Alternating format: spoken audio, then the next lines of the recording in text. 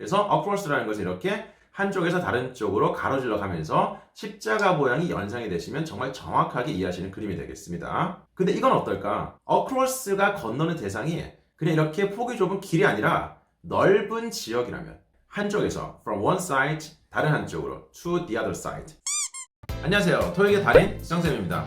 지난번에 제가 올려드렸었던 2020년 정기토익 분석 영상 정말 뜨거운 반응을 불러일으켰었죠. 정말 진심으로 감사드리고요. 그리고 많은 분들이 좋아요도 눌러주시고 많은 분들이 정말 공부에 도움이 된다라는 그런 댓글들을 많이 달아주셨습니다. 그래서 오늘은 거기에 대한 보답으로 2020년 2월 정기토익의 분석 자료를 전국 최초로 공개해드리고 2월 29일 정기토익을 준비하시는 모든 분들에게 정말 도움이 될 만한 문법적인 포인트, 인출되는 반복되는 포인트 이런 것들을 오늘 정확하게 잡아드리도록 하겠습니다. 역시 전국에 계시는 누구든지 간에 2월달 정기토익을 대비하시는 분들은 이 영상이 정말로 큰 도움이 될 거라고 저는 100% 확신합니다. 전국 어디에서도 볼 수 없는 정말 독점적인 정기토익 분석 영상 컨텐츠 지금부터 들어가도록 하겠습니다. 특히 이번 방학 정말 힘드시죠? 공부하느라 정말 고생 많으시고 시험도 되게 늦게 있죠? 29일날 있습니다. 심지어는 제일 마지막 날 이래저래 공부하시느라 정말 힘드신 거 누구보다 잘하고 있습니다만은 정말 제가 책임지고 여러분들의 토익 졸업을 위해서 제가 마지막까지 도와드리도록 하겠습니다. 마지막까지 점수가 나오는 그 순간까지 믿고 따라오세요. 네, 지금부터 들어가겠습니다. 네, 지금 보시는 표는 2020년 2월 9일에 쳤었던 정기토익에 대한 보정 오답률이 되겠습니다. 2020년 2월 9일 문제도 제가 이제 자체적으로 변형을 해서 학생들과 문제를 풀어봤고요. 네, 거기에 대해서 나온 오답률을 바탕으로 제 나름의 공식으로 보정 오답률을 계산했습니다. 거기에 대한 결과를 이렇게 보여드리고 있는 거고요. 자, 그 중에서 오늘은 50% 오답률이 넘는 6문제의 포인트를 지금부터 정확하게 전달해 드리도록 하겠습니다. 여기 나온 포인트들은 그냥 이번 달에만 나오고 땡 이런 게 아니고요. 매달 반복될 정도로 정말 중요한 개념들이기 때문에 단 하나도 놓치지 마시고 마지막까지 쭉 따라오세요. 중간에 스킵하시면 안 됩니다. 자, 먼저 114번 문제부터 보도록 하겠습니다. 오답률이 72% 정도 되는 문제였었는데요. 전치사의 해석을 묻는 문제였었습니다. 정말 빈출 of the 빈출 전치사죠. 제가 전치사의 분석 영상은 제가 작년에 2번 정도 올려드렸었습니다. 이것도 역시 전국에서 최초이자 거의 유일하지 싶은데 그 영상을 보시면 2019년 하반기에 나왔었던 문제 중에서 최다 정답으로 나왔었던 전치사가 바로 throughout이 되겠습니다. 자, 문제를 보시면 빈칸에 들어갈 전치사는 the day라는 목적으로 갖고 있는 전치사가 되겠습니다. 자, 여기서 많이 틀렸었던 것이 바로 within이요. 자, within이라는 것은 이내에라는 뜻입니다. 이내에. 그래서 within the day라는 표현 자체가 없는 건 아니에요. within the day, within 24 hours 이런 느낌으로써 24시간 이내로 라고 해석이 되는 겁니다. 24시간 이내로, 하루 이내로 정도로 해석이 되는 거예요. 그래서 within the day라는 표현 자체는 미래 시제랑 일반적으로 어울리는 해석이 되겠습니다. 뭐 예를 들어서 free gift will be served. 무료 선물이 제공될 것입니다. within a day. 하루 이내로. 이런 느낌으로써 무엇이 제공될 것이다. 하루 이내로. 이게 일반적인 within a day라는 것에 대한 해석이에요. 네, 그래서 지금은 어울리지 않죠. 지금은 제공이 될 것이다 라는 일반적인 사실을 얘기하는 현재 시제이기 때문에 throughout the day가 정답이 됐었습니다. 자, 여기서 여러분들은 throughout에 대한 해석을 정확하게 알고 넘어가셔야 되는데 throughout을 정확하게 이해하시려면 through라는 것이 관통의 그림이다라는 것을 이해하셔야 돼요. 네, through는 관통입니다. 그래서 through가 이렇게 이런 식으로 관통한다고 본다면 throughout이라는 것은 이렇게 생긴 게 이런 식으로 완전하게 관통한다고 생각하시면 돼요. 어떤 느낌인지 들어오십니까? 그래서 그 전체 지역을 모두 아우르는 거겠죠. 그래서 목적어가 만약에 기간이라면 그러한 기간 내내가 되는 겁니다. 그 전체, whole area, 전체를 덮어버린 거기 때문에 네, 기간 내내가 되는 거겠고 아니면 넓은 지역을 봤잖아요. 뭐 throughout Korea라든지 뭐 throughout the Asia라든지 throughout the world라든지 이런 식의 넓은 지역이 나오면 그 넓은 지역 전체를 cover, 덮어버리는 거기 때문에 그 지역 전역의 도처에 이런 느낌이 연상이 되시면 완벽하게 throughout의 그림을 이해하시는 겁니다. 잊지 마세요. throughout 정리하자면 기간을 받을 때는 그러한 기간 내내 그런 기간을 완전히 뚫고 가는 거기 때문에 기간 내내가 되고요. 장소, 지역을 받는다면 그 지역의 전체를 덮어버리는 거기 때문에 지역 도처의 곳곳에라고 해석이 되는 겁니다. 오케이? 자, 그 다음 볼 문제는 116번인데요. 약 60% 정도의 오답률을 보이고 있는 문제가 되겠습니다. 어떤 문제일까요? 네, 부사 문제인데요. The budget in this quarter is limited. 이번 분기의 예산이 limited, 제한되어 있기 때문에 So everybody should track their work hours blank. 자, 지금 blank 위치가 어디죠? 완전한 문장이 뒤죠. 지금 문장의 동사가 should track 이라고 오고요. 목적어가 their work hours 이거잖아요. 자, 그러면 지금 빈칸은 목적어 뒤이기 때문에 완전히 끝난 문장 뒤로 보는 거야. 자, 여러분들 완전한 문장 뒤는 무슨 자리?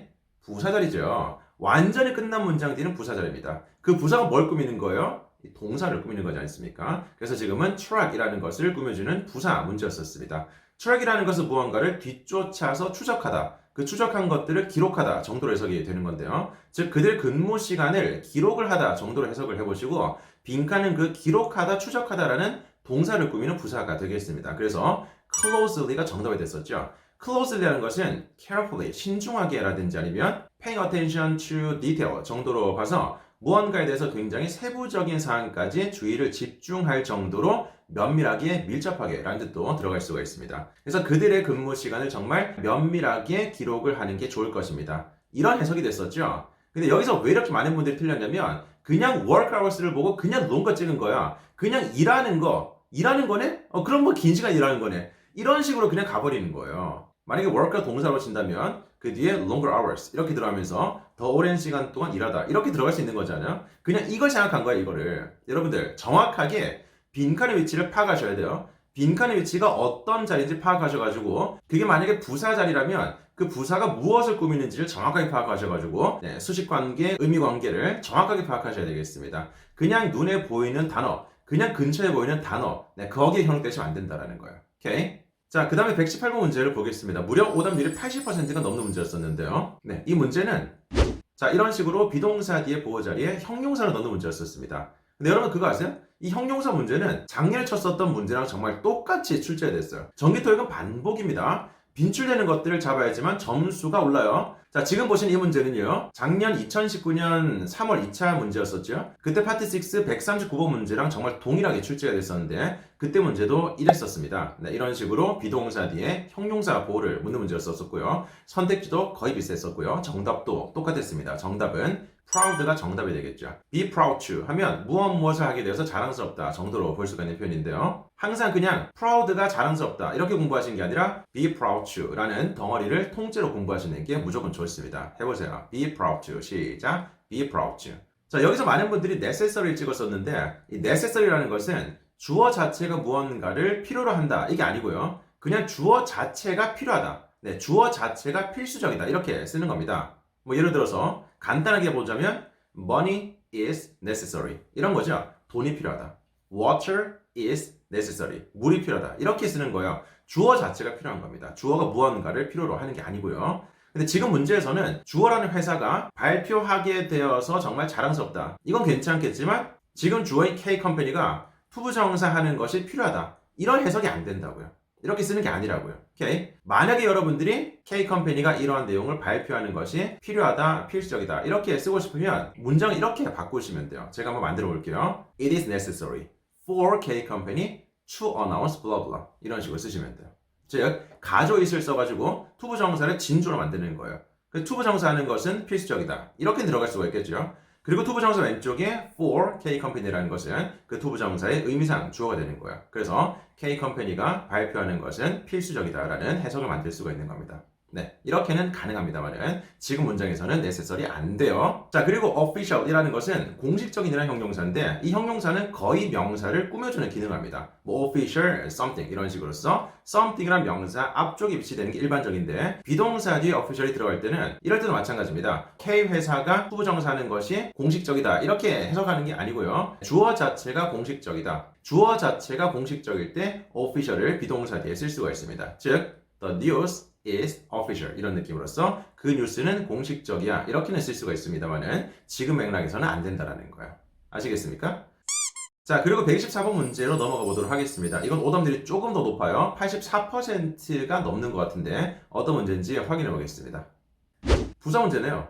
역시 부사 문제인데 이건 좀 여러분들이 생소할 수도 있을 것 같다라는 생각이 들지만 지금 정확하게 이해하시고 넘어가시면 비슷하게 다음에 출제가 될 때 실수하지 않고 맞히실 수가 있을 겁니다. 이 단어는 정답뿐만 아니라 오답으로도 되게 많이 쓰이거든요. 그래서 그 용법을 정확하게 알고 계시는 게 중요하겠습니다. 자, 문제를 보시면 Travelers, 여행객들은 are asked 요청받습니다. To reserve 버스 티켓, 버스 티켓을 예약할 것을 요청받습니다. 그 다음에 블랭크가 있고요. In advance라는 전명구가 있어요. In advance라는 것은 사전에, 미리라는 전명구 다들 알고 계시죠? 즉 지금 빈칸은 in advance라는 이 전명구를 꾸며주는 부사가 되는 거예요.